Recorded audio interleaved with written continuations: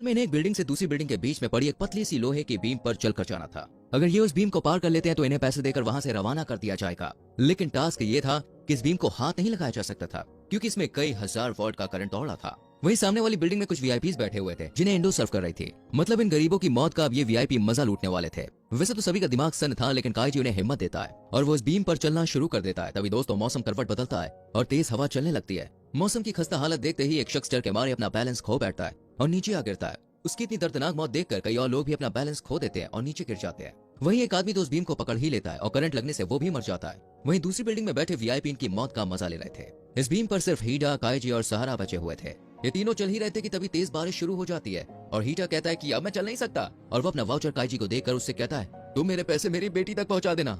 इतना कहते ही हीडा भी नीचे गिर जाता है। इसके बाद काईजी और सहारा दोनों बीम पार करके दूसरी बिल्डिंग तक पहुंचकर खुशियां मनाने लगते हैं। लेकिन जैसे ही वो दोनों दरवाजा खोलते हैं, तेज प्रेशर की वजह से सहारा नीचे गिरकर मर जाता है। इसके बाद काईजी उस कमरे में पहुंचता है और अपने दोनों वाउचर्स के पैसे मांगता है, लेकिन उसे कहा जाता है कि मरे हुए इंसान के वाउचर पर पैसे नहीं मिलेंगे और तुम्हारा सारा कर्जा काट पीट कर सिर्फ 70,000 ही बनता है। यानी यहाँ काईजी के साथ हो रही थी दबा कर चीटिंग।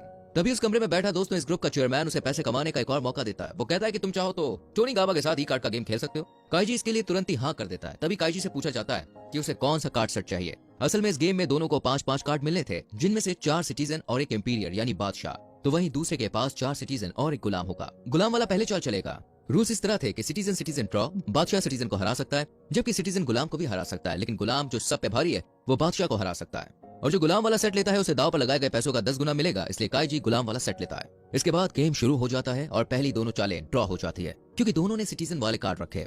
लेकिन तीसरी चाल पर काईजी गुलाम चलता है, जिसके बारे में टोनी गाबा को पहले ही पता चल जाता है और वो काईजी को हरा देता है। इधर काईजी के दिमाग के तार हिल चुके थे। वो समझ नहीं पा रहा था कि टोनी को पता चला तो चला कैसे। इस पर टोनी कहता है कि उसे लोगों के चेहरे पढ़ने आते हैं और वो चेहरा देखकर ही समझ जाता है कि किसने कौन सी चाल चली है। इससे पहले कि काईजी को वापस उसी अंडरग्राउंड माइन में ले जाया जाता, चेयरमैन टोनी को जोर से अपनी छड़ी से मारता है और कहता है मजा नहीं आया। चेयरमैन तुरंत ही इंडो से काईजी को 4 मिलियन का लोन दिलवाता है और मैच दोबारा शुरू होता है, लेकिन दोबारा काईजी फिर से हारता है। अब जब सूट बूट वाले कन्हैया लाल दोबारा काईजी को उसी माइन में ले जाने लगते हैं तो काईजी सोचता है कि टोनी को आखिर पता कैसे चला। तब उसे समझ में आता है कि उसके कंधे पर एक चिप लगी हुई है और मैच के दौरान टोनी अपनी घड़ी में देख रहा था, यानी कि वो चिप उसकी घड़ी से कनेक्टेड थी और टोनी काईजी की हार्ट रेट देख रहा था जो रिस्क लेने पर हाई हो जाती थी। अब काईजी समझ चुका था, इसलिए वो इंडो से कहता है कि वो उसे 50 मिलियन का लोन दे। इंडो सवाल करती है तो काईजी कहता है इस बार जीत उसकी होगी, तुम देख लेना।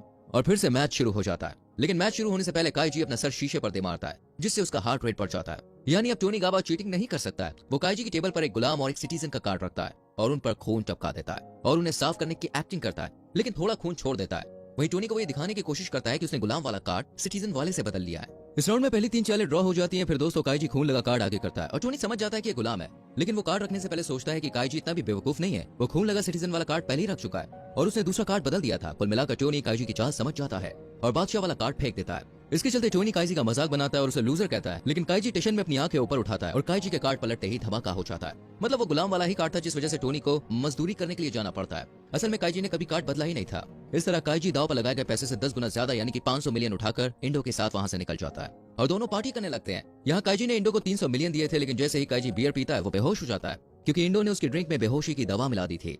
जब काईजी को होश आता है तो उसकी जेब में एक चिट्ठी रखी हुई होती है जिस पर लिखा था कि तुमने मुझसे जो कर्ज लिया था उसका हर 10 मिनट में 30% था। इस हिसाब से उसका सिर्फ 28 लाख निकलता है जो उसके लिए छोड़ दिया गया है। फिर सीन शिफ्ट हो जाता है हीडा की बेटी पर जो एक गैम्बलिंग बार में काम करती थी। उसके लिए एक पार्सल आता है जिसमें कुछ पैसे थे, यानी काईजी ने हीडा को किए वादे के अनुसार उसकी बेटी तक पैसे पहुंचा दिए थे।